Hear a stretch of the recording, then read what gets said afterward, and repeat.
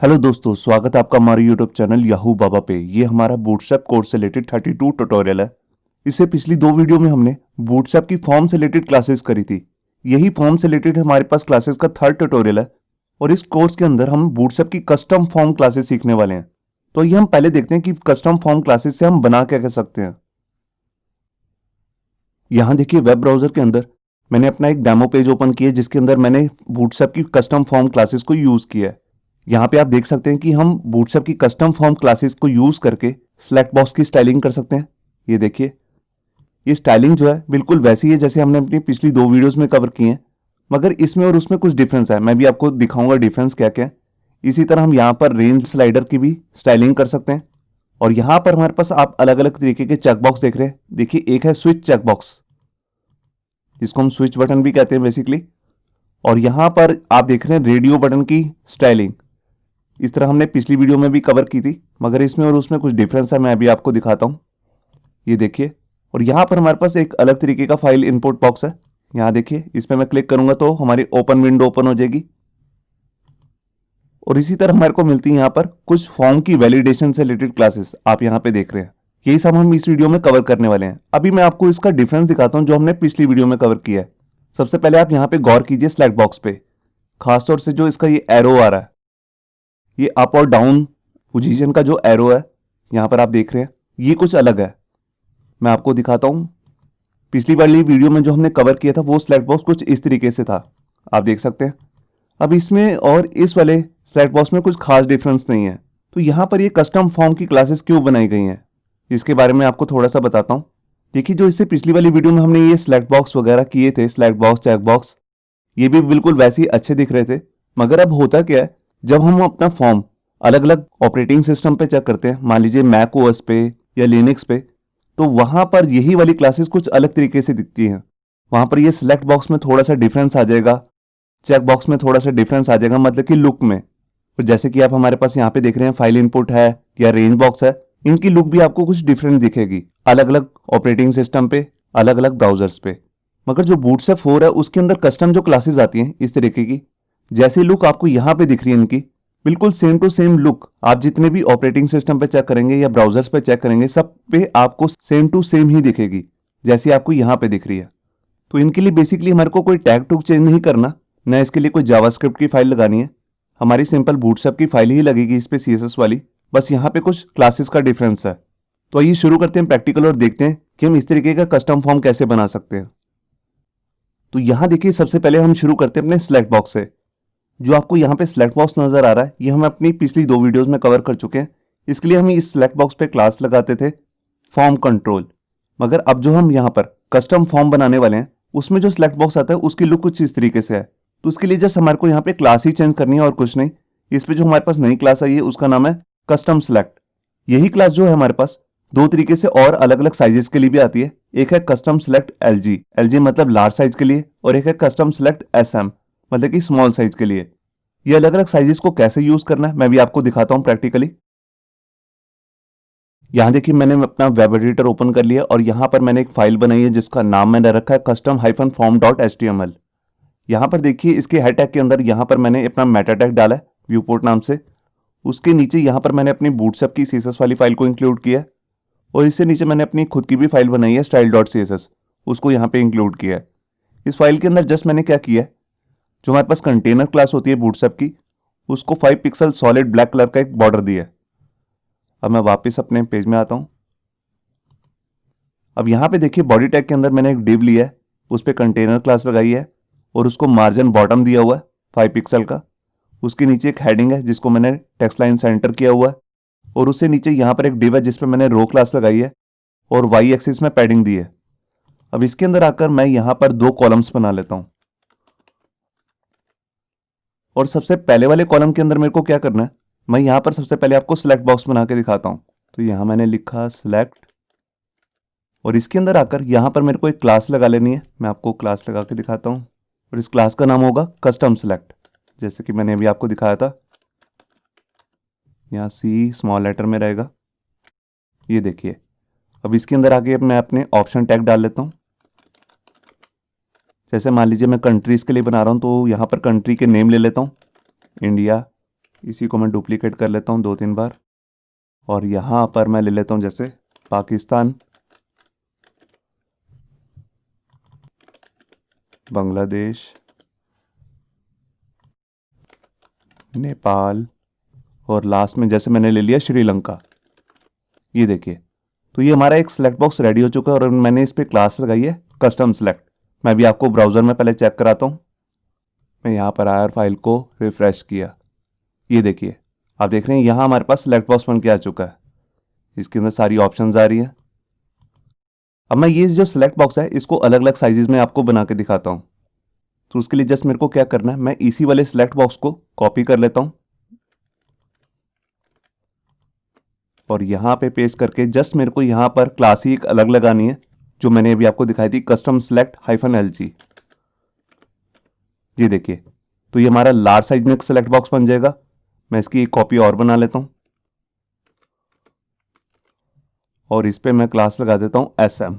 ये देखिए, अब जो ये सिलेक्ट बॉक्स हैं ये वर्टिकली जो है आपस में चिपक जाएंगे, तो मैं नीचे से इसको मार्जिन लगा देता हूँ। ये देखिए, मैंने 3 नंबर का यहाँ पे मार्जिन बॉटम दे दिया।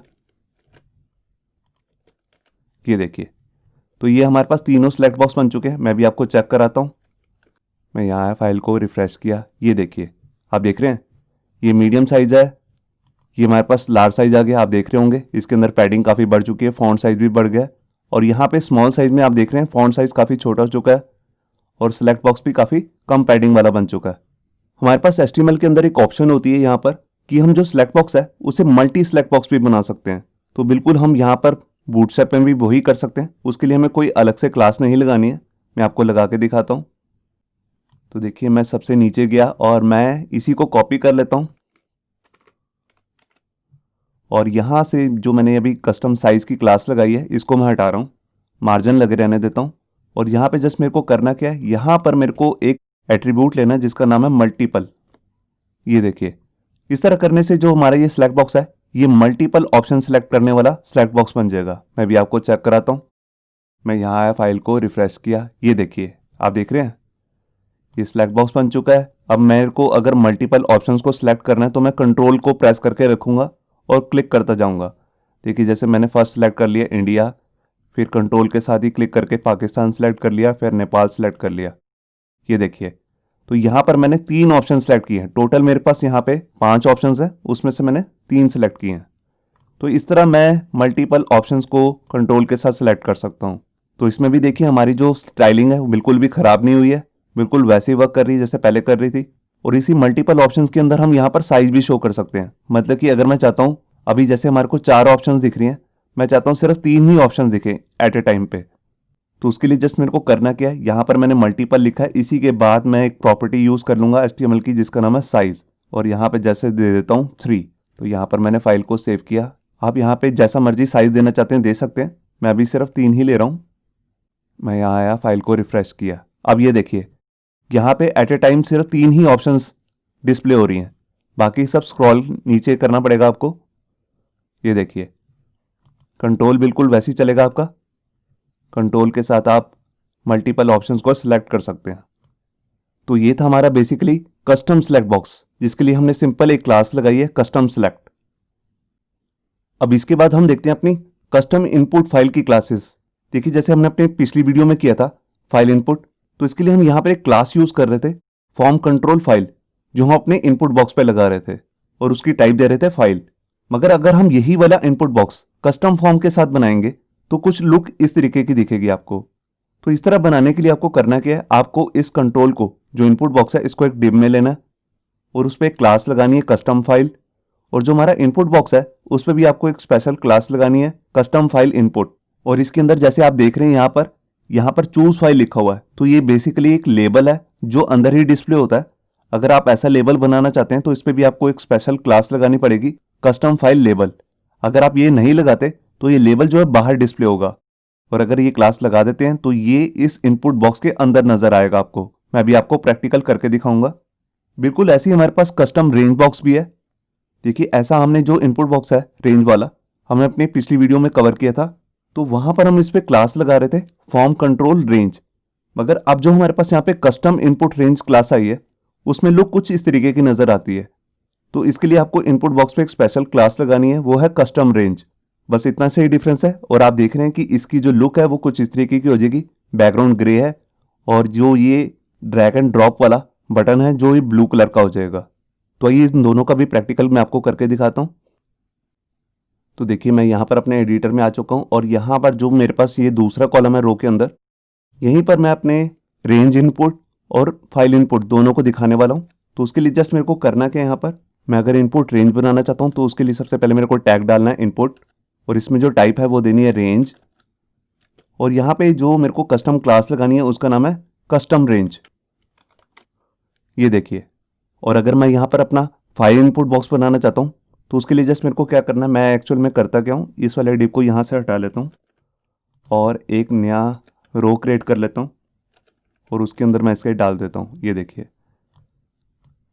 अब मैं इसी को कॉपी कर लेता हूँ और इसमें दूसरे कॉलम में जाके यहाँ पे ले लेता हूँ टाइप फाइल, और जो ये हमारे पास इनपुट बॉक्स आता है तो यहाँ पर अब मेरे को जो क्लास लगानी है वो है यहाँ पर हमारे पास कस्टम फाइल इनपुट। ये देखिए। अब जो ये इनपुट बॉक्स है बेसिकली मेरे को एक डिव के अंदर डालना है, तो मैं इसको पहले कट कर लेता हूँ और यहाँ पर एक डिव बना लेता हूँ, उस पर क्लास लगा देता हूँ कस्टम फाइल, जैसा कि अभी मैंने आपको दिखाया था। ये देखिए। अब इसी के बाद मेरे को एक लेबल भी लेना है, तो लेबल पहले मैं बना लेता हूँ और यहाँ पे लिख देता हूँ जैसे चूज फाइल, और इस लेबल पे भी मेरे को एक स्पेशल क्लास लगानी है, जैसा कि अभी मैंने आपको दिखाया था कस्टम फाइल लेबल। ये देखिए। तो यहाँ पर सबसे पहले मैंने एक डिव लिया है, उस पर क्लास लगाई है कस्टम फाइल, और उसी के अंदर मैंने यहाँ पर इनपुट बॉक्स और लेबल लिए हैं, और यहाँ पर स्पेशल क्लास लगाई है इनपुट बॉक्स पे कस्टम फाइल इनपुट, और लेबल पे क्लास लगाई है कस्टम फाइल लेबल, ताकि जो लेबल है वो इनपुट बॉक्स के अंदर ही नजर आए। मैं भी आपको चेक कराता हूँ। ये देखिए। आप देख रहे हैं ये हमारे पास रेंज बॉक्स आ गया और ये हमारे पास फाइल इनपुट बॉक्स आ चुका है। ये देखिए। मैं इस पर क्लिक करूंगा तो हमारा ओपन फाइल विंडो जो एक्सप्लोरर है वो ओपन हो जाएगा। ये देखिए। मैं इसमें वाई एक्सिस में पैडिंग भी लगा देता हूँ ताकि ये नीचे चिपके मत। देखिए मैं यहाँ पर आया और रो पे मैं वाई एक्सिस में पैडिंग लगा रहा हूँ। ये देखिए PY3। ये देखिए। तो यहाँ पर आपने तीन तरीके की क्लासेस देख ली हैं, एक है सिलेक्ट बॉक्स के लिए, एक है रेंज के लिए और एक है फाइल इनपुट बॉक्स के लिए। अब इसके बाद हम अपने आगे की क्लासेस देखते हैं जो हमारे पास चेक बॉक्स और रेडियो बटन से रिलेटेड है। देखिए इससे पिछली वीडियो में जो हमने चेक बॉक्स और या रेडियो बटन किए थे वहां पे हम इनपुट बॉक्स पे एक स्पेशल क्लास लगा रहे थे फॉर्म चेक इनपुट, और इसके लेबल पे क्लास लगा रहे थे फॉर्म चेक लेबल, और उससे आप देख रहे हैं कि इस तरीके की लुक बन रही थी। अब जो हमारे पास अगर हम कस्टम क्लासेस लगाते हैं तो उससे लुक जो है वो कुछ इस तरीके की दिखेगी आपको। तो इसके लिए हमें जस्ट करना क्या है, हम इनपुट बॉक्स पे जो क्लास लगाने वाले हैं वो है कस्टम कंट्रोल इनपुट, और जो लेबल पे हम क्लास लगाने वाले हैं उसका नाम है कस्टम कंट्रोल लेबल। इसको जस्ट हमें करना क्या है, जब भी हम कोई ऐसा चेकबॉक्स का कंट्रोल बनाना चाहते हैं तो उसको एक डिव में लेंगे और उस डिव पे हमारे को दो क्लासेस लगानी है, एक है कस्टम कंट्रोल और दूसरी है कस्टम चेकबॉक्स। ये दोनों क्लासेस लगानी जरूरी है। और अगर आप चेकबॉक्स की जगह रेडियो बटन लगाना चाहते हैं तो बाकी सारी क्लासेस सेम ही रहेंगी, custom input, custom control label और कस्टम कंट्रोल। जस्ट यहां पर आपको चेकबॉक्स की जगह दूसरी क्लास लगानी है कस्टम रेडियो। और जैसे कि आपने ये वाला चेकबॉक्स देखा है, ये हमारे पास एक नया लुक में भी आया जिसको हम स्विच लुक कहते हैं, कुछ इस तरीके से। यहां देखिए। तो इसके लिए जस्ट हमारे को करना क्या है, बाकी सब कुछ सेम रहेगा, ये वाली क्लास, लेबल की क्लास और कस्टम कंट्रोल की क्लास सेम रहेगी। बस जैसे हम यहाँ पे लगा रहे थे कस्टम चेकबॉक्स, यहाँ पे हमारे को एक अलग क्लास लगानी है जिसका नाम है कस्टम स्विच। बाकी सब कुछ सेम रहने वाला है। तो आइए इसका भी प्रैक्टिकल शुरू करते हैं। तो देखिए मैं एडिटर में आ गया और मैं यहाँ पर जो हमारे पास पहली वाली रो आ रही थी उसके अंदर एक डिव और डाल लेता हूँ लास्ट में, और उस पर क्लास लगा देता हूँ कॉल। ये देखिए। अब यहाँ पे मैं अपने चेकबॉक्स डालना चाहता हूँ तो उसके लिए सबसे पहले मैं एक डिव लूंगा और उस पर क्लास लगाऊंगा कस्टम कंट्रोल, और साथ में एक दूसरी क्लास भी लगानी है कस्टम चेकबॉक्स। ये देखिए। ये दोनों क्लासेस लगानी जरूरी हैं। अब इसके अंदर मेरे को क्या करना है, सबसे पहले अपना इनपुट बॉक्स ले लेना है और उसकी टाइप देनी है चेकबॉक्स, और इस पे क्लास लगानी है बूटस्ट्रैप की जिसका नाम है कस्टम कंट्रोल इनपुट। और अगर आप लेबल भी लगाना चाहते हैं तो उसके लिए यहां पर आपको लेबल टैग लेना है, और जैसे यहां पर मैं कोई ऑप्शन डाल देता हूं जैसे म्यूजिक, और लेबल पे भी मेरे को एक क्लास लगानी है बूटस्ट्रैप की कस्टम कंट्रोल लेबल। ये देखिए कुछ इस तरीके से। तो इस तरह आप जितनी भी ऑप्शन चेकबॉक्स की डालना चाहते हैं आपको क्या करना है, इसी वाले डिव को कॉपी पेस्ट कर लेना है। तो मैं यहाँ पर एक ऑप्शन बना लेता हूँ जैसे स्पोर्ट्स, और यहाँ पर लास्ट में एक बार और पेस्ट कर देता हूँ, और यहाँ पे लगा लेता हूँ बुक्स। मान लीजिए ये हमारी तीनों हॉबीज़ हैं। तो यहाँ पर मैंने फाइल को सेव किया और यहाँ कर फाइल को रिफ्रेश। ये देखिए आप देख रहे हैं तीनों चेकबॉक्स आ चुके हैं। अब मैं इस पर क्लिक करके दिखाता हूँ। यहाँ पर क्लिक नहीं हो पा रहा है, मैंने लग रहा है कुछ मिस किया। मैं एक बार चेक करता हूँ। यहाँ पर मैंने आईडी और फॉर का यूज़ नहीं किया है। देखिए जो हम यहाँ पर इनपुट बॉक्स ले रहे हैं उस पर मेरे को यहाँ पे एक आईडी भी लगाना है। तो यहाँ पर मैं इसको नाम दे रहा हूँ कस्टम चेकबॉक्स 1। ये देखिए अब यही आईडी मैं कॉपी कर लेता हूँ और यहाँ पे भी लगा देता हूँ। इसका नाम रख देता हूँ 2 और लास्ट वाले का नेम रख रहा हूँ 3। अब इसी आईडी को मेरे को यहाँ पर लेबल में भी यूज़ करना है। तो यहाँ पर मैं एक प्रॉपर्टी लूँगा फॉर, जैसा कि मैंने आपको पिछली वीडियोस में बताया भी था। ये देखिए यहाँ पर भी ले लेता हूँ और इसी को कॉपी करके लास्ट में भी डाल देता हूँ और यहाँ पे ले लेता हूँ 3। जो आईडी आपने लिया है वही आईडी आपको यहाँ पे पेस्ट करना है। तो यहाँ पर मैंने फाइल को सेव किया और यहाँ कर फाइल को रिफ्रेश। ये देखिए अब यहाँ पे क्लिक हो पा रहा है। आप देख रहे हैं कितना स्मूथ है। और जब मैं इस पर क्लिक कर रहा हूँ तो यहाँ पर आपको एक बाहर बॉर्डर भी दिख रहा है लाइट ब्लू कलर का। अगर मैं बाहर क्लिक करता हूँ तो वो बॉर्डर हट जाता है। वो बेसिकली फोकस का बॉर्डर है। बिल्कुल इसी तरीके से मैं अपने रेडियो बटन भी डाल सकता हूँ। मैं आपको डाल के दिखाता हूँ। तो उसके लिए जस्ट मैं क्या करता हूँ, देखिए मैं इसी वाले कंट्रोल को कॉपी कर रहा हूँ और जहाँ पर मैंने ये क्लास लगाई है कस्टम चेकबॉक्स, बस इसी को मेरे को चेंज करना है। यहाँ पे क्लास लगानी है कस्टम रेडियो, बाकी साथ में वाली क्लास लगी रहेगी कस्टम कंट्रोल। और यहाँ पे इनपुट टाइप चेंज हो जाएगी रेडियो, और इनपुट पे जोन सी क्लास लगी हुई है इसको भी चेंज नहीं करना है, कस्टम कंट्रोल इनपुट। और लेबल पे भी यही क्लास लगेगी कस्टम कंट्रोल लेबल। यहाँ पर जस्ट मैं नाम चेंज कर देता हूँ, इसको कर देता हूँ 4। ये देखिए मैं एक रेडियो बटन और बना लेता हूँ इसी को कॉपी करके। ये देखिए अब यहाँ पर मैं जैसे मेल और फीमेल के लिए बना रहा हूँ तो यहाँ पे मैं लिख देता हूँ मेल और यहाँ पे फीमेल, और इन दोनों के मेरे को नेम भी सेम देने इनपुट बॉक्स के। तो यहाँ पर मैं नेम ले लेता हूँ, यहाँ पे जैसे मैं लिख देता हूँ जेंडर। अब यही सेम नेम मेरे को दूसरे रेडियो बटन पे भी डाल देना। ये देखिए और यहाँ पे जो आईडी है उसको चेंज कर देता हूँ 5 5। मैंने यहाँ पर फाइल को सेव किया और यहाँ कर फाइल को रिफ्रेश। ये देखिए आप देख रहे हैं जो हमने पिछली वीडियो में कवर किया था उसमें बीच में ब्लू कलर की डॉट आ रही थी, मगर इसके बीच में वाइट कलर की डॉट आ रही है। अगर आप इसे इनलाइन बनाना चाहते हैं वो भी बना सकते हैं। उसके लिए आपको जस्ट करना क्या है, जैसे जहां पर आपने कस्टम कंट्रोल की क्लास लगाई है इसी के साथ में आपको एक दूसरी क्लास लगानी है कस्टम कंट्रोल हाइफन इनलाइन। ये देखिए मैं इसी को कॉपी कर लेता हूं और यहां पर भी लगा देता हूं। ये देखिए मैंने यहां पर फाइल को सेव किया और यहां कर फाइल को रिफ्रेश। ये देखिए ये दोनों इनलाइन हो चुके हैं। तो इस तरह आप इनलाइन भी कर सकते हैं कस्टम कंट्रोल इनलाइन क्लास लगा के। और अगर आप यहाँ पर स्विच बटन जैसे हमने यहाँ पर लगाए हैं इसको हम स्विच केस में जैसे बनाते हैं वैसे बनाना चाहते हैं तो उसके लिए जैसे आपको करना क्या है, आपको जैसे हम एक सेलेक्ट बॉक्स कॉपी कर लेते हैं। यहाँ पे सेलेक्ट बॉक्स कह रहा चेक बॉक्स, इसको मैं सबसे नीचे ले जाता हूँ। यहाँ पे मैंने इसे पेस्ट कर लिया। जस्ट आपको यहाँ पे क्लास चेंज करनी है, यहाँ पे लिखना है कस्टम स्विच। ये देखिए बाकी आपको कुछ भी चेंज नहीं करना। यहाँ पे टाइप भी चेक बॉक्स रहेगी। यहाँ पे हम आईडी वगैरह चेंज कर लेते हैं। तो आईडी में जैसे यहाँ पर लिख रहा हूँ 6 और यहाँ पे फॉर भी 6। ये देखिए मैं इसकी कॉपी और बना लेता हूँ। ये देखिए यहाँ पर ऑप्शन चेंज कर देता हूँ म्यूज़िक। तो यहाँ पे मैंने फाइल को सेव किया और यहाँ कर फाइल को रिफ्रेश। ये देखिए ये हमारा स्विच केस रेडी हो चुका है।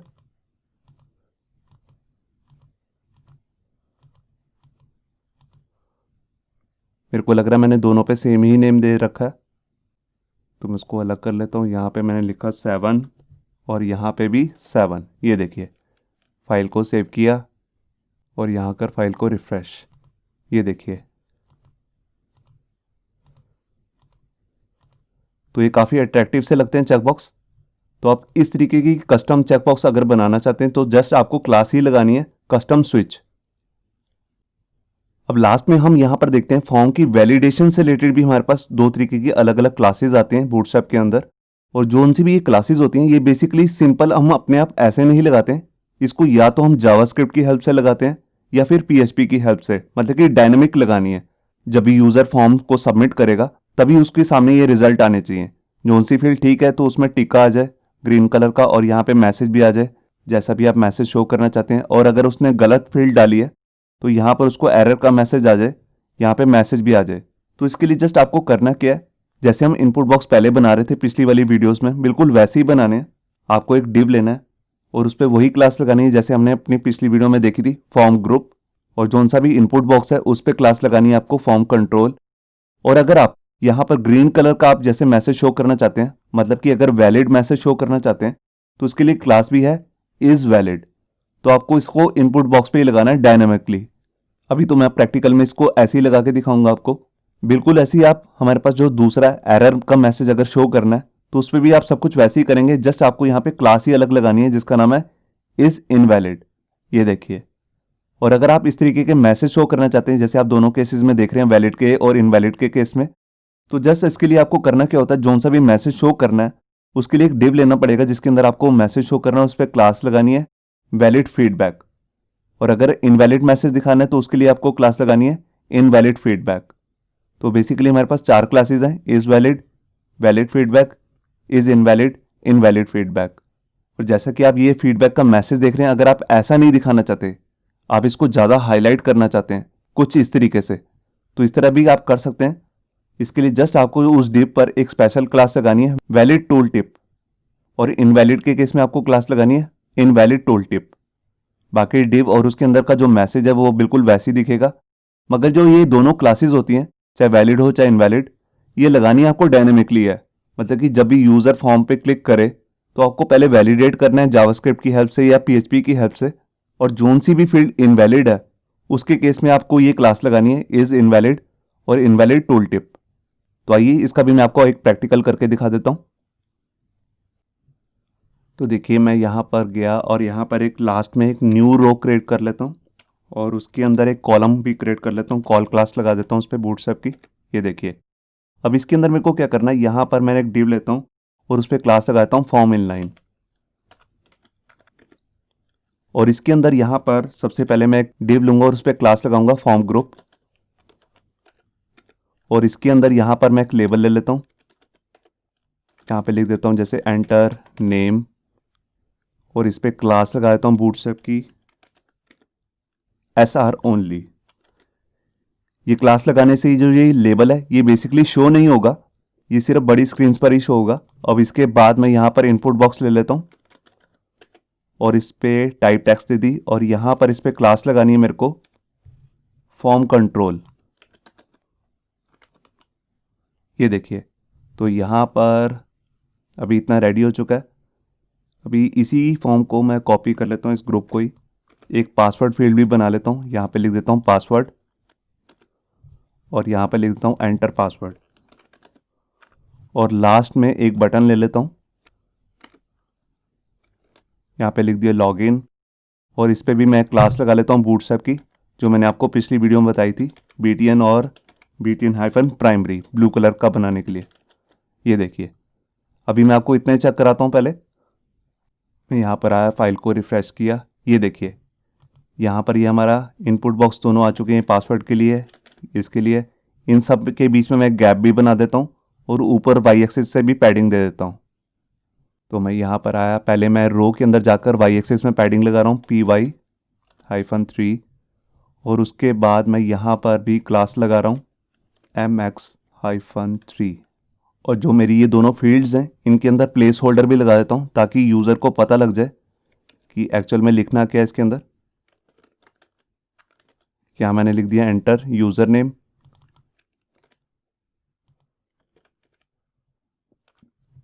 और यहाँ लिख देता हूँ पासवर्ड, मैंने यहाँ पर फाइल को सेव किया और यहाँ पर फाइल को रिफ्रेश, ये देखिए ये हमारा आ चुका है।